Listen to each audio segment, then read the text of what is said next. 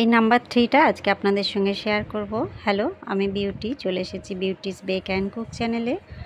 Number 3 আপনাদের সঙ্গে আমি শেয়ার করছি কিভাবে বানাচ্ছি। দেখুন, আমি 2 পাউন্ডের দুটো রাউন্ড শেপের কেক নিয়েছি। নিয়ে মাঝখানে একটা কুকি কাটার বসিয়ে মাঝখান থেকে আস্তে আস্তে এই পার্টটা আমি কেটে তুলে নেব। নাম্বার 3, 1, 2 মানে সব রকম নাম্বারেরই শেপের মোল্ড পাওয়া যায়, কিন্তু কত ধরনের আর মোল্ড কিনবেন, সেখানে যতটা পারা যায় এরকম কাটিং করে শেপগুলো অনায়াসে করা যায়। সেটা অনেকেই জানেন না, একটু নতুন যারা আর কি একটু প্রবলেমে পড়ে যায় যে কিভাবে শেপটা করব, কিংবা কোনো অর্ডার এলো সেটা ক্যান্সেল করে দিলেন। যাই হোক, আমি যা বানাই মোটামুটি আমার অভিজ্ঞতা দিয়ে সেগুলো আপনাদের সঙ্গে শেয়ার করার আমি চেষ্টা করি। যদিও আমি সঠিক হয়তো নাও বলতে পারি বা আমার শেপটা হয়তো প্রপার এলোও না, তবু আমি চেষ্টা করব আপনাদের সঙ্গে শেয়ার করে প্রবলেমগুলো একটু সলভ করতে। আমিও কেক বানাতে বানাতে অনেক কিছু শিখছি। এই নয় আমি সব শিখে বসে আছি, তা নয়। আমি প্রচুর আমার কাজ করতে করতে আমি শিখছি। এখনও পর্যন্ত আমি শিখছি, আর শেষ পর্যন্ত শিখতে যাব আর কি, শিখতেই হবে। কাজটা এমনই, এমন থিম কেক চলে আসে যেগুলো আমি আগে কখনোই করিনি, কিন্তু সেই অর্ডারগুলো আমি নিই এবং চেষ্টা করি যতটা আমি পারি ততটা করে দিই আর কি। এখনও পর্যন্ত কোনো রকম খারাপ রিপোর্ট আমি পাইনি। এই 4 বছর ধরে আমি কেক বানাচ্ছি। যাই হোক, আমি কিভাবে নাম্বার 3টা বানালাম সেটা আমি সুন্দর করে দেখিয়ে দিলাম। যদি অসুবিধা হয় আমার ভিডিওটা আর একবার প্লে করে দেখে নিতে পারেন বা আমাকে কমেন্ট করতে পারেন। আমি এক এক করে এটা 3টে লেয়ারে কেটে নিচ্ছি এবং খুব সাবধানে করতে হবে, যেহেতু এটা একদম সরু হয়ে গিয়েছে। কাটিং পিস করে নিয়েছি, মানে মাঝখান থেকে তুলে নিয়েছি, সেই জন্য একটু ধীরে ধীরে কাজটা করতে হবে। আর কেকটা যেহেতু একটু বড় হবে, সেই জন্য একটা বড় বেস দরকার। আমি একটা বেস নিয়েছি, এটা হচ্ছে 12 ইঞ্চির বেস। ক্রিম দিয়ে প্রথমে আমি জায়গাটা একটু ক্রিম দিয়ে নিচ্ছি, কেননা কী হয়, বড় ধরনের কেকগুলো নিয়ে যাওয়ার সময় একটু সরে যেতে পারে। আর যেহেতু এগুলো সব কাটিং করে করে আমাকে জুড়তে হচ্ছে, আরও সরে যাওয়ার চান্সটা বেশি, সেই জন্য নিচে একটু ক্রিম দিয়ে নিলাম যেন একদম আঠার মতো এখানে সেটে থাকে আর কি। আর এই কোনাকুনিভাবে আমি ওটা বসিয়ে নিয়েছি, ক্রাম কোট করে নিয়েছি। সেটা আমি আর দেখালাম না, কেননা ভিডিওটা অনেকটা বড় হয়ে যাবে। এমনিতেই এটা 10 মিনিটের একটা ভিডিও। আমি প্রথমে ভেবেছিলাম অত দেখাবো না, কিন্তু পরে মনে হলো যে না, এই অভিজ্ঞতাগুলো আমার শেয়ার করা দরকার আছে। অনেকেই আমাকে ফলো করেন, আমি কিভাবে বানাচ্ছি অনেকে প্রশ্ন করেন, আমার ভালো লাগে এবং সেগুলো আমি চেষ্টা করি ভিডিওর মাধ্যমে উত্তরগুলো দিতে। আমি হয়তো কমেন্টে অনেক সময় যেতে পারি না, মানে আমার এত কাজ থাকে, সেইগুলো আমার মানে প্রত্যেককে আলাদা আলাদা করে রিপ্লাই দেওয়া সম্ভব হয় না। সেই জন্য আমি যে ভিডিও যখন বানাই সেইখানে অনেক কিছু আমি শেয়ার করি, যেগুলো প্রশ্ন থেকে যায় অনেক বন্ধুর। আচ্ছা, আস্তে আস্তে ক্রিম দিয়ে নিলাম। আমি পাইপিং ব্যাগ দিয়ে ক্রিমটা দিয়েছি, কেননা এখানটা আমি শুধু উপরের পার্টটাই এরকমভাবে আইসিংটা করব, আর সাইডের কেকের সাইডগুলো আর কি আমি ডাইরেক্ট ডিজাইন করব, সেখানে আর কোনো রকম কোটিং করব না। কারণ ডিজাইনটা এমনই করব, অনেকটা মোটা একটা ক্রিমের লেয়ার পড়বে, সেই জন্য আর ক্রিম দিচ্ছি না। এই কেকগুলোর ক্ষেত্রে কি হয়, ভেতরের প্রত্যেকটা খাঁজে খাঁজে সুন্দর ফিনিশিং আনতে একটু অসুবিধা হয়, আর যেখানে টাইম একদম শর্ট থাকে সেখানে অত সুন্দর করে ফিনিশিং আনা যায় না। সেই জন্য আমি একটা শর্টকাট প্রসেস এখানে অ্যাপ্লাই করছি, কারণ এই দিনে আমার অনেকগুলো অর্ডার ছিল। এখানে আমি ছোট সাইজের একটা স্টার নজেল নিয়েছি, মানে নূর 11, সেটা দিয়ে আমি প্রথমে বর্ডারটা করে নিচ্ছি। বর্ডার বলবো না, সেম ডিজাইন দিয়ে আমি সাইডের পার্টগুলো করে দেবো আর কি। সাইডে আস্তে আস্তে করে টেনে দিচ্ছি আমি।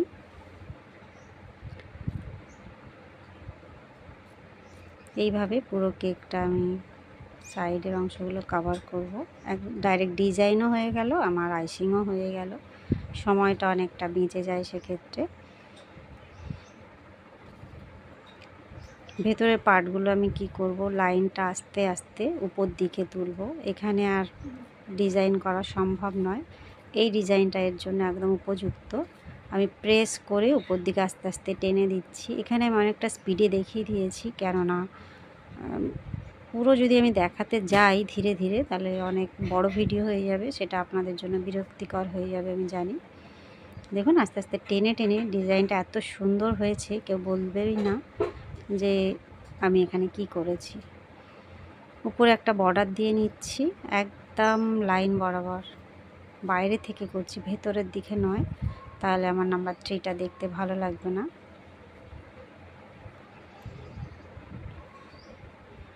এর আগেও আমি নাম্বার শেপের কেক আপনাদের সঙ্গে শেয়ার করেছি, লেটারের রয়েছে, যদি প্রয়োজন হয় সেই সবগুলো আপনারা দেখতে পারেন। এখানে আমার কাছে ফন্ডেন্ট কাটার আর কি লেটারের, সেইগুলো দিয়ে আমি নামটা লিখবো।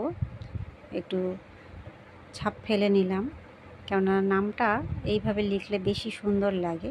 আমি চকলেট গানাশ দিয়ে বর্ডারগুলো করে নিচ্ছি। এটা ডার্ক চকলেট, নামটা অনেকটাই বড়, যার জন্য আমি ভাবছিলাম কোন জায়গাটা লিখলে ভালো লাগবে। যাই হোক উপরে পোর্শনটা আমি একটু বেশি পেয়েছি, সেই জন্য এখানটায় নামটা আমি লিখে নিলাম। এই যে, আর এইটা হচ্ছে হোয়াইট চকলেট গানাশ, তার সঙ্গে আমি রেড কালার মিক্সড করেছি, করে দেখুন এটা ভরাট করে দিচ্ছি, দেখতে আরও সুন্দর লাগছে, নামটা একদম হাইলাইট হয়ে গিয়েছে।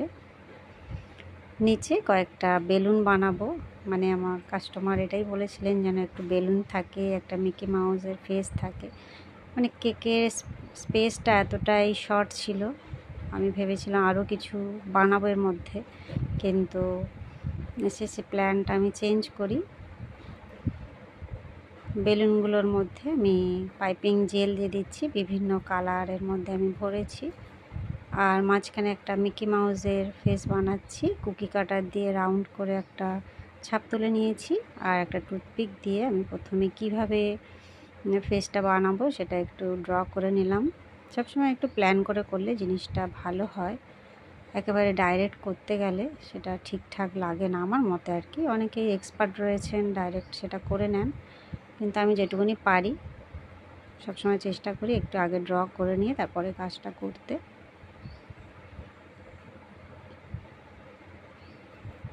চকলেট গানাশ দিয়ে পুরো কাজটা করছি, তারপরে আমি জেল দেব, মানে কান, মাথার চুল সেগুলো সব কালো আর কি, মিকি মাউসের যেরকম হয় আর কি, সেটা আমি অবিকল কপি করছি। উপরে আরও দুটো বেলুন বানিয়ে দিলাম।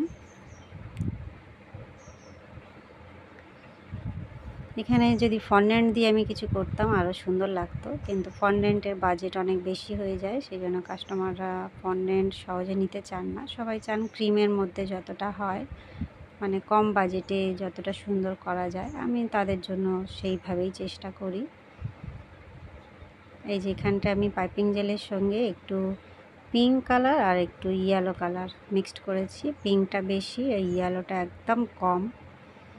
এখানে নীলের উপরে আর কি যেহেতু পাইপিং জেলটা দিচ্ছি, কালারটা অতটা ফুটছে না, কিন্তু সামনাসামনি বেশ ঠিকই লাগছিল। কেকটা যদি সাদা হতো আর একটু ভালো লাগতো দেখতে। ছোট ছোট করে কয়েকটা হার্ট বানিয়ে দিচ্ছি, বড় ছোট বিভিন্ন মাপের।